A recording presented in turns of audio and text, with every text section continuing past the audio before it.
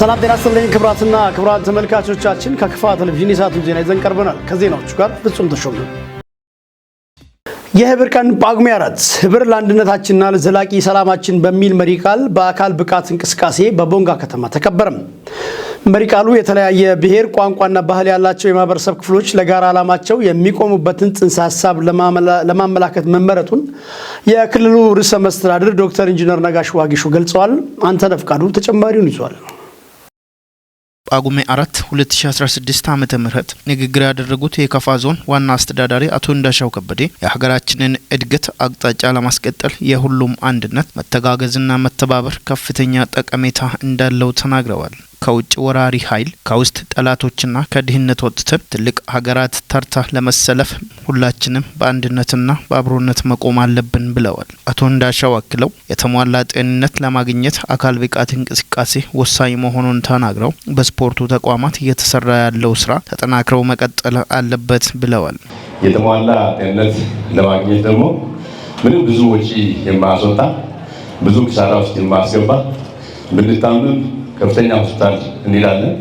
በጣም ብዙ ገንዘብ ነው የምናጠፋው፣ ብዙ ጊዜ ነው የምናባክነው። ከዛ ስነሳ ደግሞ የስራ ጊዜያችን ይባክናል። የምንሰራው ስራ ወደ ኋላ ይቀራል ከውጤት ማለት ነው። ያን ሁሉ ከምንሆን ግን ፕሮግራም አወጥተን በፕሮግራም ምንችለውን ያክል መስራት የምንችልበት ሁኔታ ልምድ ቢሆን እጅግ በጣም ጠቃሚ እንደሆነ ያውንም ተጨማሪ ምክር አደርጋለሁ። አንዳንዶች ጀምረዋል። በከተማችን የጂም ስፖርት እጅግ በጣም እየሰፋ እያደገ እየመጣ ያለበት ሁኔታ ነው ያለው። አሁን አሉ፣ ሌሎች አሉ። ስለዚህ ወጣቶችንም ሌሎች አዋቂዎችንም ማዘውተሪያ እንዲያደርጉ ራሳቸውን በስፖርት እንቅስቃሴ አቋማቸውን በትክክል በጥሩ ሁኔታ እንዲሆን እያደረጉ ያሉት እንቅስቃሴ በጣም ብዙ ስለሆነ እነዚህ የስፖርት ተቋማት እያደረጉ ያሉትን ነገር አጠናክረው እንዲቀጥሉ በዚህ አጋጣሚ ለነሱም ላቅ ያለ ምስጋና ነው። ህብር የተለያዩ ብሔር ቋንቋ ባህልና ማንነት ያላቸው ማህበረሰብ ክፍሎች የግል ማንነታቸው ሳይበግራቸው ለጋራ ዓላማ በአንድነት በአብሮነትና በህብረት የሚቆሙበት መሆኑን የክልሉ ርዕሰ መስተዳድር ዶክተር ኢንጂነር ነጋሽ ዋጌሾ ተናግረዋል። ህብር ስንል የተለያየ ብሔር ቋንቋ ባህል ማንነት ያላቸው ህዝቦች ወይም የማህበረሰብ ክፍሎች ለጋራ ዓላማቸው ልዩነቶቻቸው ወይም የየግል ማንነቶቻቸው ሳይፈትናቸው ለጋራ ዓላማቸው በአብሮነት በአንድነት በህብረት የሚቆሙበትን ጽንሰ ሐሳብ የሚገልጽ ቃል ነው። ስለዚህ ባጭሩ ህብር የምንለው ህብረት አንድነት ከሚል የመጣ መሆኑን ለማስታወስ ነው። እኛ ኢትዮጵያውያን የበርካታ ብሔር ብሔረሰቦች ህዝቦች ቋንቋዎች ባህሎች እና ወጎች ባለቤት ነን። ሀገራችን ኢትዮጵያ የበርካታ ብሔር ብሔረሰቦችና ህዝቦች ቋንቋዎች ባህልና ወጎች ባለቤት ከመሆኑን ባሻገር ማራኪና ውብ የተፈጥሮ ሀብት ባለቤት መሆኗን ገልጸው የተፈጥሮ ሀብታችንን ለሰላምና ለኢኮኖሚ እድገት መጠቀም የምንችለው የሚፈጠረውን ችግሮች በአንድነትና በመመካከር መፍታት ስንችል ነው ብለዋል። ቋንቋ ባህል ታሪክና ሌሎች ልዩነቶቻችን ሳይገድበን የራሳችንን ማንነቶች እየጠበቅን ትልቁን ኢትዮጵያዊነት ብሔራዊነትና አርበኝነትን መላበስ እንደሚገባም ዶክተር ኢንጂነር ነጋሽ ዋጌሾ ገልጸዋል። ከዚህ ባሻገርም የተለያዩ የተፈጥሮ ገጽታ በየአካባቢው በጣም ማራኪና ውብ የሆኑ ብዝሃ ህይወቶች በውስጣቸው ያሉበት በከርሰ ምድርም እንደዚሁ ቀላል የማይባሉ በርካታ ሀብቶች ባለቤት ነው። እነዚህ አስደናቂ የተለያየ ውበት ያላቸው የተለያየ ባህሪ ያላቸው የማህበረሰብ ወጎችም ባህሎችም ይሁኑ የተፈጥሮ ሀብቶች በአግባቡ ለሀገራችን ልማት፣ ሰላም፣ ለኢኮኖሚ እድገት መጠቀም የምንችለው እኛ በመካከላችን የሚከሰቱ አንዳንድ ተፈጥሯዊ የሆኑ ችግሮችን ግጭቶችን በጋራ በውይይት በመፍታት የጋራ ቤታችን የሆነውን ኢትዮጵያን ለመገንባት በሚደረገው ጥረት ስለሆነ ብሔራችን ቋንቋችን ባህላችን ሳይገድበን የራሳችን ማንነት እየጠበቅን ትልቁን ደግሞ ኢትዮጵያዊነትን፣ ብሔራዊነትን፣ አርበኝነትን መላበስ ይጠበቅብናል። አባቶቻችን ታላላቅ ገድሎችን ፈጽመው ለኛ ያስረከቧትን ሀገር በአቅማችን ከዳር እስከ ዳር መጠበቅ አለብን ነው ያሉት። በመርሃ ግብሩ የክልሉ ርዕሰ መስተዳድር ዶክተር ኢንጂነር ነጋሽ ዋጌሾ፣ የከፋ ዞን ዋና አስተዳዳሪ አቶ እንዳሻው ከበዴ፣ የከፋ ዞን የመንግስት ዋና ተጠሪ አቶ አጥናፉ ኃይልን ጨምሮ የክልል የከፋ ዞን የቦንጋ ከተማ አስተዳደሮችና የከተማ ነዋሪዎች ተገኝተዋል። የደቡብ ምዕራብ ኢትዮጵያ ሕዝቦች ክልላዊ መንግስት የጤና ቢሮ የወባ በሽታ ወረርሽኝን መከላከልና ቁጥጥር አፈጻጸም ግምገማን በሚዛን አማን ከተማ አካሄደም። የቢሮው ኃላፊው አቶ ኢብራሂም ተማም ቀጣዮቹ 3 ወራት ለወባ ትንኝ መራባት አመቺ በመሆናቸው ህብረተሰቡ ውሃ ያቆሩ አካባቢዎችን የማዳፈንና የማፋሰስ ስራን በተቀናጀ መንገድ እንዲሰራና አጎበርን በአግባቡ እንዲጠቀም አሳስቧል። ምህረት አብራኑ ተጨማሪ ዘገባ አላት። በመድረኩ ንግግር ያደረጉት የቢሮው ኃላፊ አቶ ኢብራሂም ተማም በክልሉ ውስጥ ሁሉም ዞኖችና ወረዳዎች የወባ በሽታ በወረርሽኝ መልክ በመከሰቱ ላለፉት 3 ወራት በየደረጃ ያሉ አመራሮች፣ ባለሙያዎች፣ መንግስታዊና መንግስታዊ ያልሆኑ ድርጅቶች እንዲሁ ህብረተሰቡን ባካተተ ሁኔታ ርብርብ በመደረጉ ከተከሰተው ህመምና የሞት መጠን ሳያሻቅብ ወረርሽኙን መቆጣጠርና ጫናውን መቀነስ ተችሏል ብለዋል። በቀጣይ ወራት ማለትም መስከረም፣ ጥቅምትና ህዳር ወራት ለወባ በሽታ አስተላላፊ ትንኝ መራቢያ ምቹ የሆኑ ወራት ስለሆኑ የተጀመረው የወባ በሽታ መከላከልና መቆጣጠር ተግባራት ተጠናክረው ይቀጥላሉ ተብሏል። መድረኩን በንግግር የከፈቱት የክልሉ የመንግስት ዋና ተጠሪ አቶ ጸጋዬ ማሞ እንዳሉት እስካሁን የተመዘገበው የወባ መከላከል ስራ ውጤት መልካም ቢሆንም በቀጣይ የበሽታው ስርጭት የሚበዛበት ወቅት ከመሆኑ ጋር ተያይዞ መዘናጋት እንደማያስፈልግ አመላክተዋል። አቶ ጸጋዬ ያክለውም እስካሁን በተሰራው የወባ በሽታ መከላከልና መቆጣጠር ስራ ለተገኘ ውጤት የተጋችሁ ሁሉ ልትመሰገኑ ይገባል። ነገር ግን በአዲሱ ዓመት የተሻለ ውጤት ይጠበቅባቸዋል ብለዋል። የወባ በሽታን ለመቆጣጠር የተሰሩት ተግባራት የሚመለከት የአፈጻጸም ሪፖርት በአቶ ተስፋጽዮን ተረፈ ቀርቧል። በሪፖርቱም እንደ ክልል የበሽታው ስርጭት መቀነስ ይታይና ዳግም ተመልሶ የመስፋፋት ሁኔታ ይታያል። ያም ማለት ወጥነት የሌለውና ትክክል ያለመሆኑ በሪፖርቱ ተጠቁሟል። በክልሉ ያሉ በወባ በሽታ የተጠቁ ተኝቶ ታካሚዎች ቁጥር ሲጨምር የሞት መጠን እንደሚጨምር ሪፖርቱ አመላክቷል። ከ735 ሺህ በላይ ቤቶች ጉብኝት የተደረገባቸው ሲሆን የትኩሳት ምልክት ያለባቸው 169810 ሰዎችን ወደ ጤና ምርመራ መላካቸውን ሪፖርቱ ያሳየናል። ሌላው የማፋሰስ የማዳፈንና የኬሚካል ርጭት፣ የአልጋ አጎበር እደላና በበሽታው ዙሪያ የግንዛቤ ማስጨበጫ ትምህርቶች መሰጠታቸው በሪፖርቱ ተነስቷል። በቀረበው የአፈጻጸም ሪፖርት ሰፊ ውይይት የተደረገበት ሲሆን ከተሳታፊዎች ከተነሱ ሀሳቦች መካከል የመድኃኒት አቅርቦት ላይ ህብረተሰቡ ደረጃቸው ያልታወቀና ያልተመዘገቡ መድኃኒቶችን አጠቃቀም ዙሪያና በህገወጥ የመድኃኒት ዝውውርና ስርቆት ላይ የሚወሰደው የህግ የበላይነት ልዩ ትኩረት ተሰጥቶ ተጠያቂነትን የማስፈን ስራ ሊሰራ ይገባል የሚሉና ከፍተኛ ደረጃ የደረሰ የወባ በሽታ በሰውነት ውስጥ ያለውን ደም በመጨረሷ ምክንያት የደም ልገሳ ተጠናክሮ ሊቀጥል ይገባል የሚሉና ሌሎች ይገኙበታል። የቀጣይ የትኩረት አቅጣጫ የተገኘው ውጤት ማስቀጠልና ባለመዘናጋት ስርጭቱን ለመግታት በሚደረገው ርብርብ ውስጥ አመራሩ ሚናውን እንዲወጣ ተጠይቋል። ቀጣይ 3 ወራት ለወባ ትንኝ መራባት አመቺ ጊዜ በመሆኑ ህብረተሰቡ ውሃ ያቆሩ አካባቢዎችን የማዳፈንና የማፋሰስ እንዲሁም የአጎበር አጠቃቀም ላይ ትኩረት ማድረግ እንደሚገባቸው አቶ ኢብራሂም አሳስበዋል። የክልሉ ብልጽግና ፓርቲ ቅርንጫፍ ጽህፈት ቤት ኃላፊ አቶ ጸጋዬ ማሞ በሰጡት ማጠቃለያ መልእክት አመራሩ ለወባ በሽታ መከላከልና ቁጥጥር ስራው ቁርጠኛ መሆን ይጠበቅባቸዋል ብለዋል። አክለውም የመረጃ ጥራት፣ ተገቢውን በጀት የመመደብ፣ የመድኃኒት ቁጥጥር ስራዎች ማጠናከርና ህግን የማስከበር ስራዎች በልዩ ትኩረት ሊሰሩባቸው የሚገባ ተግባር መሆናቸውን አመላክተዋል። የህብር ቀን በከፋ ዞን የመንግስት ስራ ኃላፊዎችና ሌሎች ባለድርሻ አካላት በተገኙበት በድምቀት ተከበረም። በስነ ስርዓቱ ላይ ህብረ ብሔራዊነትን የሚያጠናክሩ የተለያዩ መልእክቶች ተላልፈዋል። ናስር ተማም ያዘጋጀውን ብሩክታይት ብርሃኑ እንደሚከተለው ታቀርበዋለች።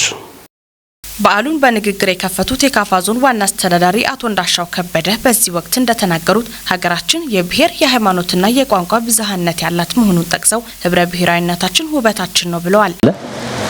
የቋንቋ ብዝሃነት አለ፣ የከለር ብዝሃነት አለ፣ የጾታ አለ። እነዚህ ለኛ ምክንያት ሊሆኑ አይችሉም። አንድ ቦታ ተጋግዘን አንድ ቦታ በጋራ መስራት የምንችልበት መደጋገፍ የምንችልበት ስርዓት እስካለ ድረስ ለኛ ጌጣችን ነው ለኛ ውበታችን ነው እያል ነው የቆየ ነው። በተለያየ መልኩ ይህንን የብዝሃነታችንን መነሻ በማድረግ ልዩነት ሊፈጠር የሚችልበት ሁኔታ እንዲኖር የሚሰሩ አንዳንድ አካላት ለፖለቲካ ፍጆታ የሚጠቀሙበት ሁኔታ አለ። ይሄ በፍጹም መሰረታዊና ልዩ ሊያደርገን የሚችል የግጭት የመለያየት መንስኤ መሆን እንደማይችል በተለያዩ ምሳሌዎች ይነገራል። ዋና አስተዳዳሪው አክለውም አብሮነታችን የሉዓላዊነታችን መሰረት እንደሆነም አስገንዝበዋል። አብሮነት ለኛ ጠቃሚ ነው የሆነው እንጂ ምንም ጉዳት እንዳለው አላሳዩ።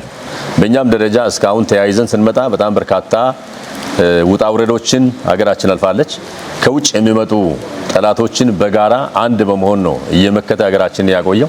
ከውስጥም የተለያዩ ችግሮች ሲነሱ አንድ በመሆን በጋራ በመተባበር ነው የሀገራችን ሉዓላዊነት አስጠብቀን ዛሬ እዚህ ደረጃ ላይ ደረስነው ማለት ነው። በተገባደደው የበጀት ዓመትም አበረታች የልማት ስራዎች በዞናችን እንደተከናወኑ ዋና አስተዳዳሪው አስረድተዋል። በዞናችንም 2016 ላይ በተለያዩ ኢኮኖሚያዊ፣ ማህበራዊ፣ ፖለቲካዊ ተግባራት ላይ አሳልፈናል። ባሳለፍናቸው የ2016 ዓመተ ምህረት ያመጣናቸው ውጤቶች አሉ። የጎደሉና በተለያየ መልኩ ወደ ኋላ የቀሩ አሉ። ይህንን ገምግመን 2017 ላይ በአዲስ መንፈስ ለመነሳት እቅድ አዘጋጅተናል። ስለዚህ 2017 ላይ በተሻለ መልኩ በሁሉም ዘርፎች የተሻለ ውጤት ለአካባቢያችን ማስመዝገብ በሚችልበት ሁኔታ ላይ በጋራ አብረን መቆም የሚችልበትን ስነ ልቦና መያዝ የሚችልበት ሁኔታ እንዲኖር ማድረግ ያስፈልጋል። የበዓሉ ተሳታፊዎች በዚህ ዙሪያ በሰጡት አስተያየት በዓሉ አንድነታችን የሚያጠናክርና የመቻቻል ባህላችን የሚያዳብር ነው ብለዋል። ዛሬ ያከበርነው የህብር ቀን ነው። በዚህ ህብር ቀን ያው መሪ ቃሉም እንደሚያመለክተው ህብራችን ለአንድነታችንና ለዘላቂ ሰላማችን ነው የሚለው።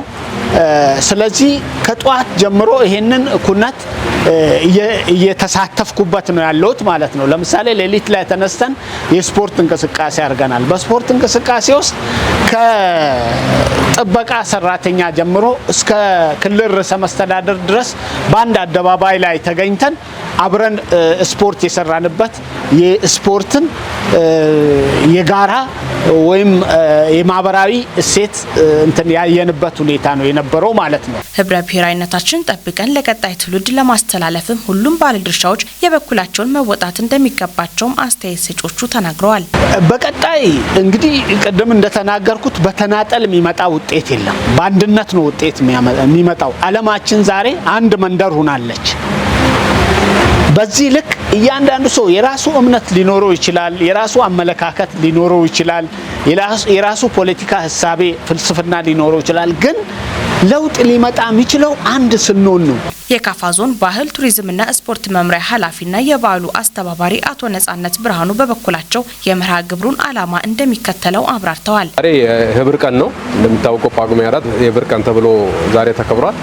የዚህ በዓል የህብር ቀን ሲከበር ዋና ዓላማ ያደረገው እንግዲህ የባህል ታሪክ፣ ቅርስ አለ፣ ቋንቋ አለ። እነዚህ ለብዝሃ ባህል አብሮነትና አካታችነት እንዲሁም አንድነት ያለውን ተዛምዶ በመተንተን የህዝቦችን ማህበራዊ ትስስር የበለጠ ማጠናከርን ዓላማ አድርጎ የተዘጋጀ መድረክ ነው። ይሄ ነው ዋናው ዓላማ። ኃላፊው አክለውም ከመርሃ ግብሩ ይጠበቃል ያሉትን ውጤት ተናግረዋል። ከመድረኮቹ የተለያዩ መልእክቶች ተላልፈዋል። እነዚህ መልእክቶች ደግሞ የበለጠ ትስስርን፣ አንድነትን፣ በህዝቦች መካከል ያለውን መቻቻልን፣ መከባበርን የበለጠ ያጎለብታሉ። ያ ውጤት ይጠበቃል የሚል ነገር ነው ያለው። ያው እንደሚታወቀው ሀገራችን የብዛ ብሔር፣ የብዛ ቋንቋ፣ የብዛ ባህል ሀገር ናት። ብዙ አይነት አስተሳሰቦች ያለባት ሀገር ናት። እንግዲህ ምንም ያህል በተለያየ ነገር ብንለያይም ለሀገራዊ አንድነት ከዚህ ቀደም ከምናደርገው ነገር በላይ አሁንም ለሀገራዊ አንድነት አንድ ላይ ሆነን በመቆም በተለይ ሀገራችን ላይ የተቃጡ ያሉ ውጫዊ ጥቃቶችን በጋራ መመከት መቻል አለብን። አንድ መሆን መቻል አለብን። በክረምት የበጎ ፈቃድ አገልግሎት ውጤታማ ስራዎች መከናወናቸውን የጨና ወረዳ ብልጽግና ፓርቲ ቅርንጫፍ ጽሕፈት ቤት አስታወቀም። በበዓል ምክንያት ማዕድ የማጋራት መርሃ ግብር ለማከናወን የተለያዩ በጎ ፈቃደኞችን በማስተባበር እየተሰራ መሆኑም ተመላክቷል። ከደቡብ ሬዲዮ ቴሌቪዥን ድርጅት የቦንጋ ቅርንጫፍ የተገኘውን ዜና ቤተልሔም ምሩ ታቀርበዋለች። በወረዳው የብልጽግና ፓርቲ ጽሕፈት ቤት የፖለቲካ ዘርፍ ኃላፊና የክረምት በጎ ፈቃድ አገልግሎት ግብረ ኃይል ሰብሳቢ አቶ አግዘው ሁሴን የክረምት በጎ ፈቃድ አገልግሎት ተግባራዊ ከተደረገ ወዲህ በአካባቢው የሚገኙ የተለያዩ ችግሮችን እየቀረፈ መጥቷል ብለዋል። አዳዲስ የአረጋውያን ቤቶች ግንባታና እድሳት፣ ድልድይ መስራት፣ ውሃ ያቆሩ ስፍራዎችን የማፋሰስ፣ የአካባቢ ንጽህናና በሌሎች 14 ዘርፎች ላይ ስራዎች ሲከናወኑ መቆየታቸውን ገልጸዋል። በክረምት በጎ ፈቃድ 30 ደርዘን ደብተር ለተማሪዎች ለማሰባሰብ ታቅዶ 180 የተሰበሰበ ሲሆን ለ10 ተማሪዎች ዩኒፎርም ለማሰፋት ታቅዶ ለ12 ተማሪዎች፣ በደም እጦት የሚጎዱ ወገኖችን ለመታደግ 50 ዩኒት ደም ለመሰብሰብ ታቅዶ 53 ዩኒት ደምና ሌሎች ተግባራት መከናወናቸውን ጠቁመዋል። ከዚህም በተጨማሪ በመስከረም 1 የሚከበረውን እንቁጣጣሽ በዓል ምክንያት በማድረግ ለአረጋውያንና ለአቅመ ደካሞች ማዕድ ለማጋራት 25000 ብር ለመሰብሰብ ታቅዶ የተለያዩ በጎ አድራጊዎችን በማስተባበር ከ50500 ብር በላይ ተከናውኗል ብለዋል። መሰል የበጎ ተግባራት ወቅታዊ ከመሆን አልፈው ሁሌም እንዲከናወኑ ሁሉም አካላት የተቀናጀ ድጋፍ እንዲያደርጉ አቶ አግዘው ጥሪ አስተላልፈዋል። የከፋ ዞን ጤና መምሪያ ለሳይለም ወረዳ ከ100,000 ብር በላይ ዋጋ ያላቸውን የሕክምና መገልገያ ቁሳቁሶችና የተለያዩ መድኃኒቶችን በሽልማት መልክ አበረከተም። ከዞኑ የመንግስት ኮሚኒኬሽን ለተገኘው ዜና ብሩክታይት ብርሃኑ እንደሚከተለው ይዛለች። ሽልማቱን ለወረዳው ያስረከቡት የካፋ ዞን ጤና መምሪያ ኃላፊ አቶ አክሊሉ አሰፋ እንዳሉት ሳይለም ወረዳ በጤናው ዘርፍ በዞንና በክልል ብቻም ሳይሆን በሀገር ደረጃ ሞዴል መሆኑን ተናግረዋል። ኃላፊው አክለው በወረዳው በያዶታ ጤና ጣቢያ ላይ በተደረገው ጉብኝት የማይክሮስኮፕ እጥረት በመኖሩ የዞኑ ጤና መምሪያ በገባው ቃል መሰረት ከ100,000 ብር በላይ በሆነ ወጪ የተገዛ የሕክምና መገልገያ ቁሳቁስ ማይክሮስኮፕና መድኃኒት ሽልማት ማበርከታቸውን ገልጸዋል። ወረዳው በጤና ዘርፍ የህዝብ ተጠቃሚነትን ለማረጋገጥ ትኩረት ሰጥተው እየሰሩ መሆኑን የተናገሩት አቶ አክሊሉ አሰፋ ሌሎች መዋቅሮች የወረዳውን ተሞክሮ በመውሰድ የተሻለ ውጤት ማስመዝገብ እንደሚገባቸው አሳስበዋል። ለወረዳው የተሰጠ ሽልማት ለቀጣይ ከዚህ በላይ የተሻለ አፈጻጸም እንዲመዘገብ የሚያግዝ መሆኑን የሳይለም ወረዳ የመንግስት ዋና ተጠሪ አቶ ግርማ ሽፈራው ገልጸዋል። የወረዳውን ማህበራዊ፣ ኢኮኖሚያዊና ፖለቲካዊ ተጠቃሚነት ለማረጋገጥ ጤንነቱ የተጠበቀ ዜጋ መፍጠር ስለሚያስፈልግ በጤናው ዘርፍ ትኩረት ተሰጥቶ እየተሰራ መሆኑን ተናግረዋል።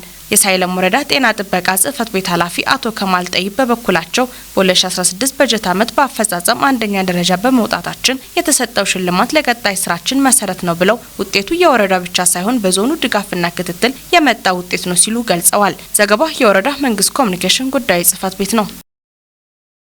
ማዕድ ማጋራት የሀገር ወዳድነት ምልክት፣ የወዳጅነት ውብ ማስታወሻ ነው አሉ ጠቅላይ ሚኒስትር ዶክተር አብይ አህመድ።